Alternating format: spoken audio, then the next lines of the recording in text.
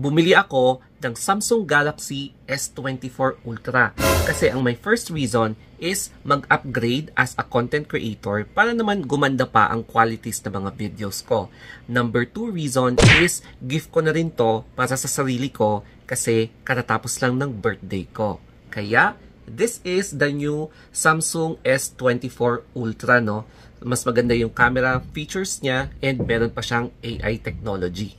Ang ginawa ko is, nag-purchase ako and nag-pre-order online. Pumunta ako sa Samsung Center sa may SM City Baguio and then nag-down payment ako ng 5,000 pesos or 3,000 pesos. And then ibabawas yon kapag nag-full payment na ako. And then, nung dumating na itong product, so tinext nila ako and clean ko na, tapos dun na ako nag-full payment. So, ito na yung full product natin, ang Samsung Galaxy S24 Ultra. Pero disclaimer muna ha, hindi po ako nagmamayabang. Bagkus, I would like to say thank you so much sa inyong lahat na nanonood sa mga videos ko, especially sa mga regular viewers na kahit somehow nagbibigay ako ng inspiration sa inyo, nagbibigay ako ng lessons or tips sa mga stories ko. And pagbubutihin ko ang mga vlogs ko day by day because learning is continuous.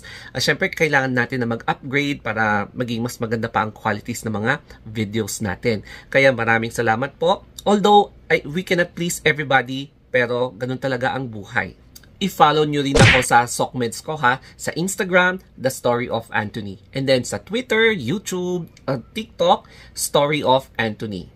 After kong na-receive yung text confirming na dumating na yung etong product na to, pumunta na ako sa Samsung Center sa SM City Baguio. So makikita nyo sa video, very approachable sila and pinapresent na nila sa akin yung product demonstration kumbaga. So nagpapasalamat ako kasi inassist nila ako ng bonggang-bongga, friendly sila and nakasmile sila sa akin, o di ba? So nahiya ako nung may nakakilala sa akin sa Samsung Center na yon. So thank you so much.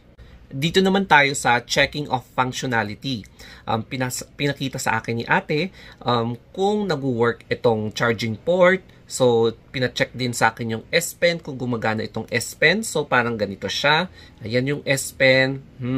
And then, in-emphasize talaga sa akin yung flatness nito, no? So, curve. So, ito yung S22. Ayan.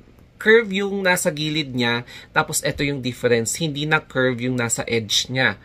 Ayan. So, para sa akin, mas maganda kapag hindi siya curve, no? Ayan. Lahat chinek and then after nun, nagsettle na ako ng bills. So, binayaran ko na siya and after ko nang clean name itong phone, pinalagyan ko siya ng screen protector kasi mas, syempre kahit na sinabi na Gorilla Glass, pero dapat mas maingat ka pa rin. Tinapalan ko siya ng screen protector, ayan, and then binilhan ko siya ng ganito. Syempre, para shockproof, para kapag mahulog, ayan, hindi siya madaling masira. So, kahit na ina-assure nila sa inyo na kapag nahulog yung phone, hindi mababasag, malaki pa rin yung risk na baka mabasag pa rin. So, ayan, kinover yung phone ko, kaya may extra protection na siya. Anti-shockproof and anti-scratch proof. Ito naman yung rear view ng Samsung S23 Ultra, itong color green, and then itong Samsung S24 Ultra na titanium silver. So silver ang pinili ko kasi it is pinakamaswerte daw ngayong Year of Dragon 2024. Tapos, ito naman yung protector niya para kapag mahulog, shockproof siya. And then kapag dito sa front, ganyan yung itsura niya. Tapos, kung makikita nyo, medyo curvy yung edge ng S23 Ultra. Ayan o, medyo curvy. Pero dito kasi, sa S24, hindi na siya masyadong curvy. Ayan o, makikita nyo, hindi na siya nag-curve. Para hindi na ako mamamblema kapag nag-i-scroll ako. Ayan, so, halos magkaparehas lang sila, except ito, hindi na siya curvy. And syempre, yung color na pinili ko. Ayan. Ito na. Yung binili kong Samsung S24 Ultra na silver titanium siya. So, ito yung kulay. And makikita nyo, yung edge niya, hindi na siya curve. So, as compared dito sa S23 Ultra, curve siya, oh. Ayan yung difference. Curve versus hindi siya curve. Ayan. Medyo nanginginig yung kamay ko, sorry ha. So, color green itong isa, S23. Ito naman, silver titanium. Yan. So, The reason why bumili ako ng ganito is, syempre kailangan nating mag-upgrade as a content creator. We should be investing sa mga equipments natin sa pag-create ng content. Kaya bumili ako ng S24 Ultra. And para na ring gift para sa akin, para sa birthday ko. Ayan. So, this is the first time na gagamitin natin yung front camera ng Samsung Galaxy S24 Ultra. So, siguro parang wala kayong napapansin, pero sa akin, mas maganda yung quality ng video na to.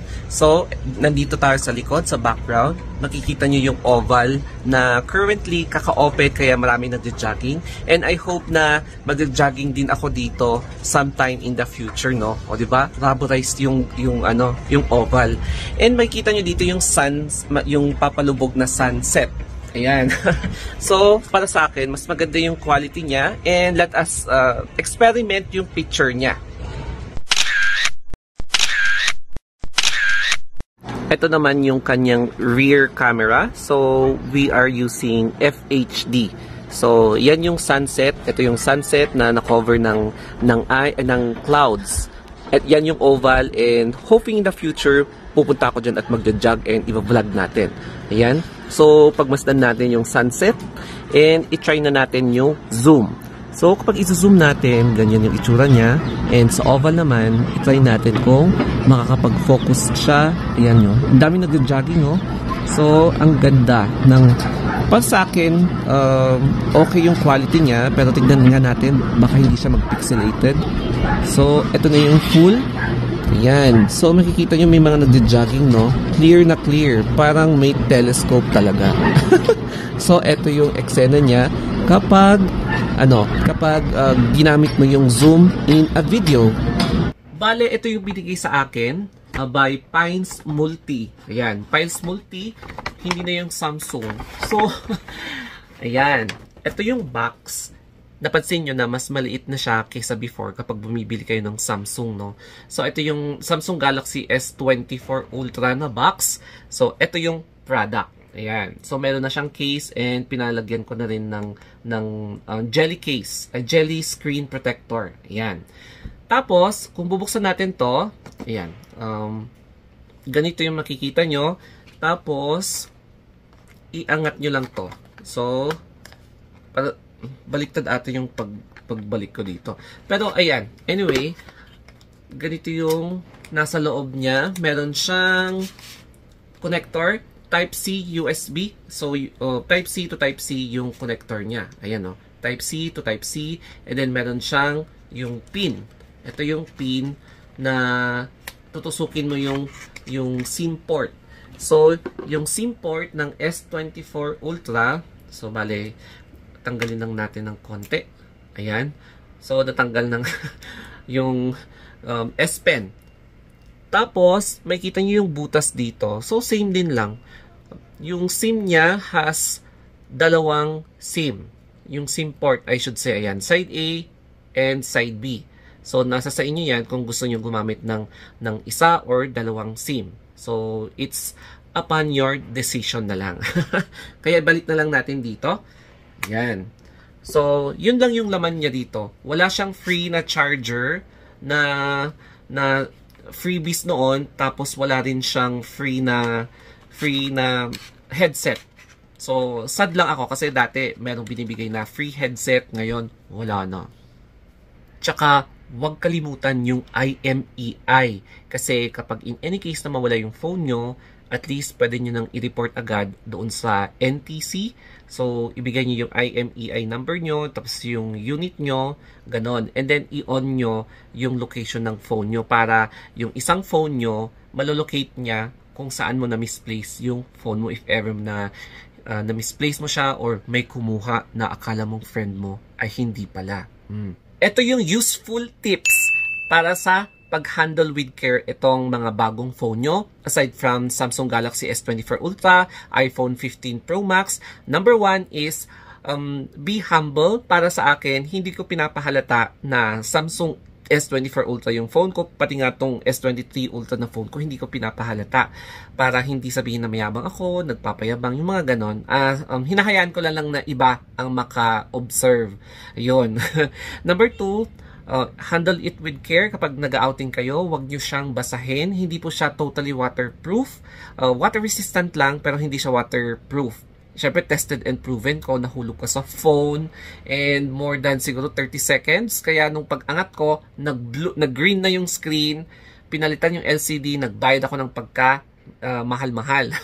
And then number 3, wag nyo masyadong hinulog-hulog. Basta iwasan yung mahulog-hulog yung phone kasi kahit na meron siyang mga protective barriers, syempre, no, masisira at masisira kapag laging nauuntog siya kasi mag-shake yung magkakaroon ng shock.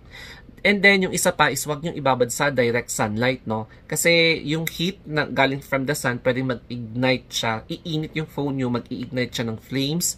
And, ayun, pwedeng masira. Tapos, ang isa pa is, sa pagbulsa nyo ng phone, iwasan yung sama yung coins. Kasi yung coins, siya yung nagpapascratch ng phone nyo. Lalong-lalo na sa camera. Yun yung isang reason kung bakit nagkakaroon ng scratch, nagkakaroon ng crack. Kasi posible na pati sa coins. Ayan, nagkikiskisan sila. So, yun yung mga helpful tips ko kapag may mga phone kayo. And then, wag mag-overcharge. Siguro, 85%, 90% okay na sa akin. Tinatanggal ko na. Kasi kapag mag-overcharge siya, di ba? Minsan umiinit yung battery o kaya lumulobo siya, masisira yung phone. Ayan. So, wag masyadong 100%. Basta pag 90, okay na. Ayun. And then, kapag alam mo ng 15%, 10%, ayun, i-recharge mo ulit. Ayun. So, yun yung mga helpful tips ko para sa inyo. So, I hope nagustuhan nyo itong phone ko na pinasend ko sa inyo, Samsung Galaxy S24 Ultra. And siguro sa next vlog, titignan natin yung mga zoom and camera comparison sa S23, S24, and pati na rin sa S22. Ayan. So, sana nagustuhan nyo itong videos ko. So, follow na lang kayo sa social media accounts ko, The Story of Anthony. So, hanggang sa muli, thank you so much sa panonood nyo and thank you sa mga blessings. Mwah!